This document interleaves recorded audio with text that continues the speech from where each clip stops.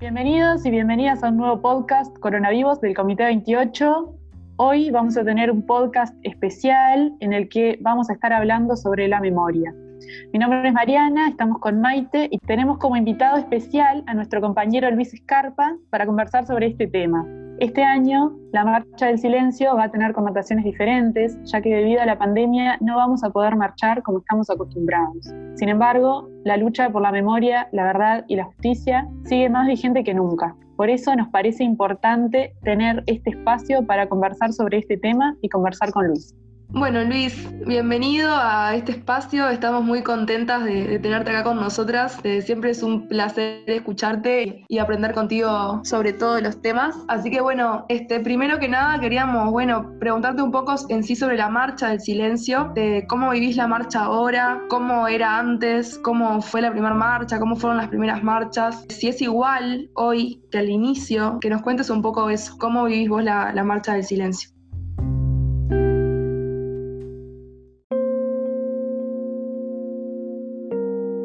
Bueno, buenas noches Mariana, buenas noches Maite, buenas noches la compañera sonidista, buenas noches a todos los compañeros y compañeras del comité y los miles de oyentes que estarán expectantes de que esté arreglado esto para escuchar. Y de acuerdo a la inquietud de las compañeras, y más allá de que muchas consideraciones van a surgir seguramente en el discurrir de esta charla, me parece que hoy hay dos aspectos que es bueno mencionar en torno a este 20 de mayo. Uno son las características que le impone la particular situación esta de la masiva pero no popular pandemia. Y la segunda es la presencia del fascismo institucionalizado. Por lo primero, depende fundamentalmente de quienes organizan esta marcha, quien no hay palabras para que reflejen el cariño que por ellos sentimos, y el arte que tendrán que tener para hacer posible lo que parece imposible, que nuevamente cientos de miles podamos decir presentes.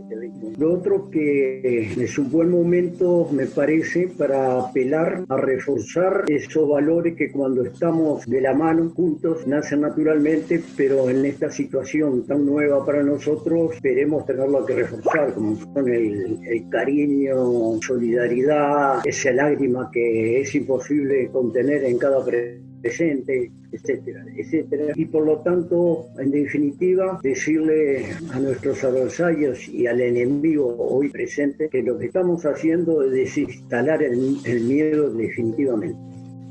Y por lo segundo que yo anotaba, que es la presencia del fascismo institucionalizado, porque realmente eso es lo que está pasando. Y esto le da un carácter muy especial a este 20 de mayo, porque más allá de la vigencia que históricamente ha tenido esta fecha, más allá de las sensibilidades que afloran en estos momentos, ha tenido la virtud de poner nuevamente a este tema como quizá uno de los eslabones de la cadena que nuevamente tengamos que tensar, porque van a seguir desarrollando todos los otros que hacen parte de estos programas.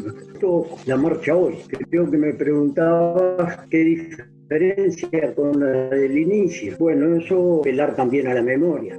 No me pidan a mí a esta altura que yo apele a mi memoria, porque esto se transformaría en un fracaso total. Pero lo cierto es que si algo tuvo que siempre, si yo mal no recuerdo, desde la primera arrancamos del mismo lugar de hoy, donde está el monumento a los desaparecidos, que quizá ustedes muy jóvenes no supieran cuál era la escultura que estaba ahí anteriormente. Ahí anteriormente estaba la escultura del David, lo que está bien en la Intendencia Municipal. Y hay una diferencia sí que es cuantitativa, porque año a año la marcha ha concitado, es decir, que ha conmovido, que ha recogido la conciencia que fuimos sembrando en el camino de la lucha y que convoca a nuevas generaciones, y este es un elemento cuantitativo, pero que influye tremendamente en la calidad de la marcha. Influye mucho emocionalmente, pero el objetivo, quienes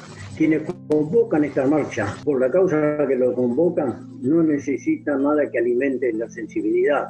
Emocionalmente esto es inevitable que sea así, siempre haya sido así, pero me parece que abre un escenario político diferente, que es un desafío muy grande para nosotros, compañeros militantes de la izquierda, y que aumenta cada vez más nuestra responsabilidad por este.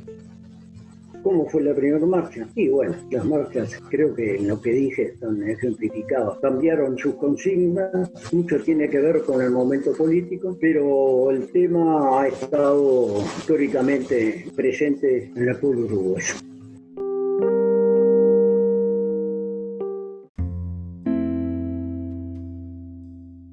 Luis, y hablabas recién del monumento al desaparecido, ¿no? Y queríamos preguntarte, ¿quiénes son los desaparecidos?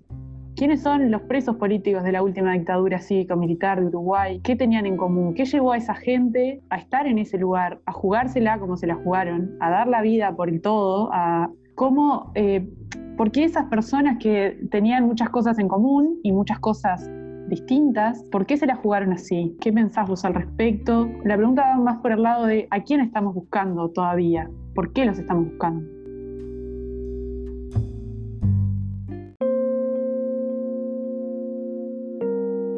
Bien, digamos que los compañeros desaparecidos, antes de desaparecidos, fueron secuestrados, fueron torturados salvajemente, algunos no llegaron ni siquiera a estar presos, y esa es la única diferencia que creo que tenemos los que hemos pasado por situaciones similares. Salvo alguna excepción que ni podría mencionar ni habría ninguna razón para hacerlo, en la inmensa mayoría eran militantes políticos conscientes, por definición eran todos antiimperialistas y anticapitalistas, y su composición social está dentro del campo popular uruguayo. Es decir, fundamentalmente que provienen de una larga historia de construcción de unidad, organización y programas de avance revolucionario, con una clase obrera muy potente en su origen, con trabajadores asalariados en general, fuerza motriz sin duda, con algo que algunas veces en estos momentos he oído que no se menciona, que ha sido piedra angular en el proceso uruguayo, que es el movimiento estudiantil, de todas sus organizaciones y sus formas, desde primeros adolescentes en secundaria hasta la universidad y los representantes de la academia y de intelectualidad uruguaya, que en su gran mayoría forman parte del campo popular democrático avanzado, y las capas medias en general. El objetivo de su acción política, no solo política, también en las organizaciones sociales, por supuesto, más allá de pequeñas diferencias, por supuesto, que en lo esencial ideológicamente había una coherencia, había también los matices, pero en lo social era subvertir el orden establecido, la construcción de una realidad más justa, más igualitaria, de avanzar en democracia y transitar un objetivo que era la superación del capitalismo. Y esto es lo que nos unió, nos organizó, y lo que más allá de diferencias a veces en metodologías y formas, estuvimos siempre unidos por una gran solidaridad. Entre otras cosas, también tuvimos enseñanzas muy grandes a través de lo que significó la Revolución Cubana y los inolvidables Fidel y Che Guevara. Y el subvertir el orden existente pues, tiene consecuencias, y las consecuencias ustedes las conocen. Entre otras cosas, una de las consecuencias es el tema que nos motivó a esta charla.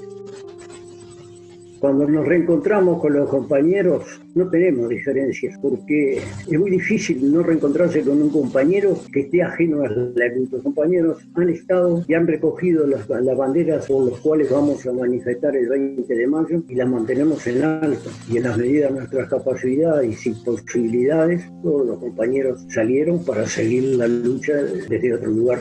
porque también la cárcel, la lucha tenía que, de alguna manera, tomó formas dentro de las dificultades, por supuesto, que imponía la situación. Lo que no debemos perder de vista es que esto no fue, como se dice muchas veces, y puede parecer engañoso, una tiranía feroz cívico-militar. La dictadura uruguaya no fue obra de un grupo de conspiradores militares, una institución, las Fuerzas Armadas. Las Fuerzas Armadas fueron el instrumento que en condiciones peculiares, particulares, jugaron el papel del partido político para intereses, todos creo que debemos saber, que fueron aquellos del imperialismo yanqui y de la oligarquía financiera y criolla uruguaya, que eran los grandes titiriteros de todo esto. Es decir, paralizarnos en caracterizar la dictadura como cívico-militar, me parece a mí que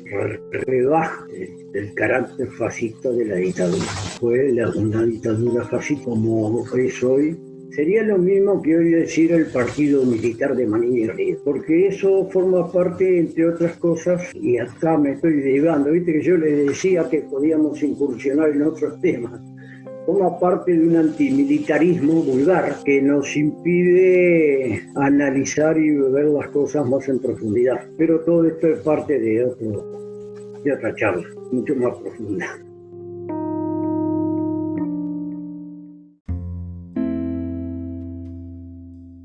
Sí, igual qué interesante lo que estás diciendo, Luis, ¿no? Porque a veces desde la derecha siempre se intenta minimizar la lucha, ¿no?, de la izquierda y tratar de hacer que la lucha de la izquierda sea algo obsoleto, algo que ya pasó. Sin embargo, cuán vigente está, ¿no? Qué importante lo que vos decís, porque a veces el discurso hegemónico y mucha gente que no está muy formada políticamente o está como incursionando en la política y no sabe mucho, es muy fácil que caiga como en un discurso más simplista, ¿no? Pero sin embargo, cuán parecidas son las cosas que pasaron antes con las que estamos viviendo hoy.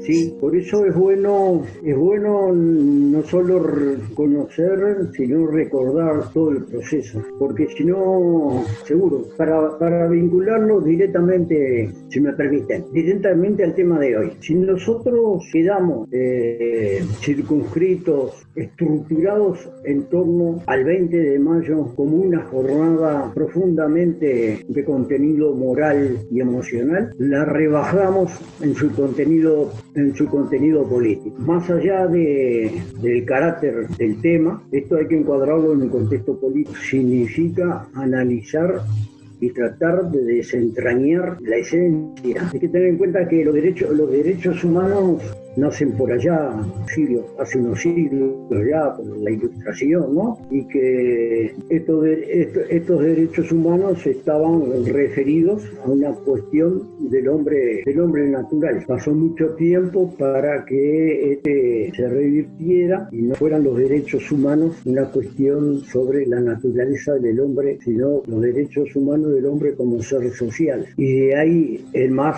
ha tenido una peripecia muy larga con el tema de derechos humanos, y hoy nosotros estamos viendo cómo hoy tenemos la oportunidad de visualizar claramente cómo hemos avanzado en el tema, cómo se ha construido una conciencia en torno al tema del ser humano como construcción cultural, y que va más allá del estado emocional. Todo esto porque si no podemos ser presas de análisis e incluso de salida de la dictadura que a mi parecer han sido, y hoy aún quienes lo mantienen, han sido incorrectos. Cuando hablan de pactos, cuando terminan chocando concepciones superficiales de oportunismo demagógicos o de optimismo fáciles, todo eso que el movimiento popular uruguayo construyó, que sacó a la dictadura, que no fue un regalo de ningún pacto, todo eso, esa lucha, la famosa lucha por el voto verde, el tema de la impunidad como eje central de todo un periodo histórico que abrió las condiciones para avanzar en este tema, que generó las condiciones para que existiera un 20 de mayo. Todo eso exige, me parece, una charla mucho más profunda, ¿no?, y detallada, con tiempos, pero sobre todo para una juventud que nació, me parece a mí, nació donde naturalizó la democracia que tenemos. Sí. Y entonces a veces le cuesta percibir que esta democracia que tenemos se construyó a partir del 2004, con todos nuestros errores y defectos y con todo nuestro aprendizaje. Y bueno, así fue toda la historia, todo el proceso, pasando por la impunidad. Muchas veces ese tema no era el tema central en política. En política hay que saber detectar en cada momento cuál es el eslabón que hay que tirar, que hay que tensar para que se desarrollen los demás. Es un problema de análisis estratégico. Y por momentos el tema de los derechos humanos no era el que, porque hubiera desaparecido. Si no, nos olvidamos de todo lo que hicimos luego del 89, cuando perdimos con el voto amarillo, que pareció una derrota, pero a los pocos meses, después de haber hablado con 1,5 millones de personas para conseguir 653.000 firmas, de las cuales 80.000 lo anularon, entre ellas la del propio Cerén, para saber cómo juegan y cómo presionan los sectores de la clase dominante a esas instituciones que parecen tan puras como la Corte Electoral, como la justicia en el sistema capitalista, a la cual respetamos y defendemos, pero que no hay nunca que dejarla de ver y analizar dentro del marco de la lucha de clase. Y entonces todo eso llevó que, recordemos la década del 90, cómo avanzamos con los diferentes del plebiscito y referéndum, el no a la reforma constitucional, el no a la SAFAP, ANCAP, UTE, ANTEL, todo eso que nos permitió luego gobernar, y todo eso que hoy los obliga a ellos a retirar 2 artículos de la Ley de Urgente Consideración, que van a querer hacerlo aparecer además como una concesión democrática y amplia de los multicolores, concediendo a la oposición el derecho, cuando todos sabemos que eso no es así, cuando todos sabemos que no estaban dispuestos a perder un plebiscito que le daba el 56% en contra. Todo esto se construyó, no fue espontánea, y todo esto lo tenemos que reconstruir, pero es una gran fuerza que tenemos.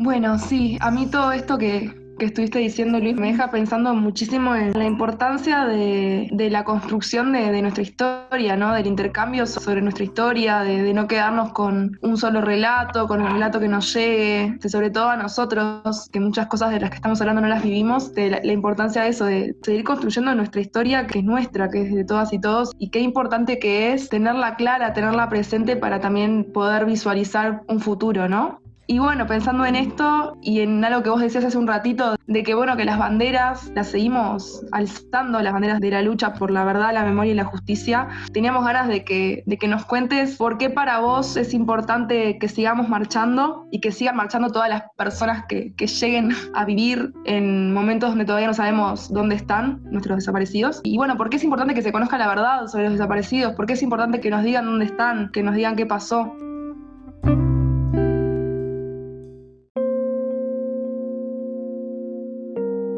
Siempre se une la verdad y la justicia con el nunca más. Lograr puntualmente la conquista de algunos de estas cosas no asegura el nunca más, pero sin lograrlo es seguro que lo repetimos. Asegurar el nunca más sería pensar que el capitalismo en su fase más feroz y en su crisis más feroz también, va a acabar ellos mismos van a acabar su sepultura, se van a ir a enterrar solos. No, las luchas que vendrán las trataremos de dar, como lo venimos planteando siempre, con verdad y con justicia. Pero para que haya justicia no puede haber capitalismo. Para que haya igualdad no puede haber capitalismo, porque aquellos obreros de voz fuerte, rudos y con un intelecto exuberante no pararon nunca de pedirlo y se mantiene hasta el día de hoy, que luchaban por su salario, por su reivindicación, etcétera, etcétera, pero por una sociedad sin explotados ni explotadores. Y eso significa ni más ni menos que por una sociedad donde no haya propietarios de seres humanos, porque no otra cosa es. Y el avance se da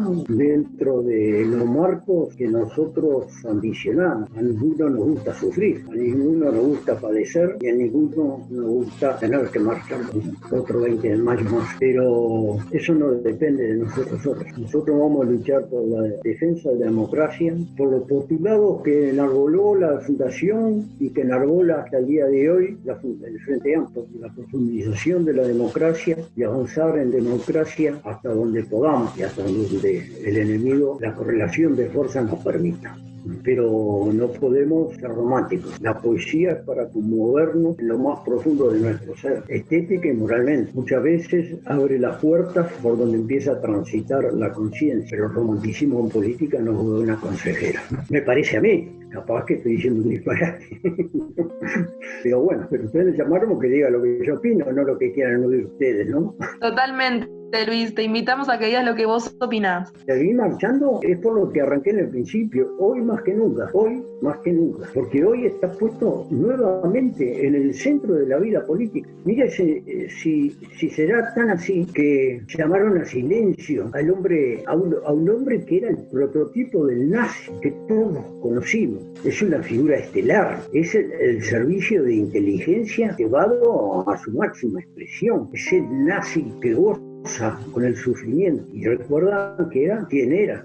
Lo sacaron porque lo tenían que preservar. No se crean que se fue para la casa. Es a eso a que nos tenemos que enfrentar. Si tendremos que marchar, si tendremos que a esos miles y miles de jovencitos que se incorporan, que uno ve en cada marcha cómo aparecen, no se sabe de dónde tantos jóvenes, cómo tendremos que lograr organizar, porque esa conciencia en este tema tiene que transformarse en una profunda conciencia para la lucha de clases, para la unidad y la organización. Y para todo esto se necesita algo que estamos perdiendo. 400.000 personas dijeron que hubo en la última marcha. Si las 400.000 personas, 300.000 eran jóvenes. ¿Dónde están esos jóvenes? Para eso hace falta una dirección revolucionaria, que es lo que no tenemos. Sí, eso es lo que tuvo el Frente Amplio en su creación y en su desarrollo, una dirección revolucionaria. Entonces, por todo esto, sí, me parece que la marcha, si fuera por mí, que estoy en la zona de riesgo más grande, yo no podría ni respirar para no agarrar un virus. Yo, si me dicen de salir a manifestar ahora, soy el primero. Pero bueno, no se pongan ustedes, porque ustedes son los que tienen que hacerlo ahora.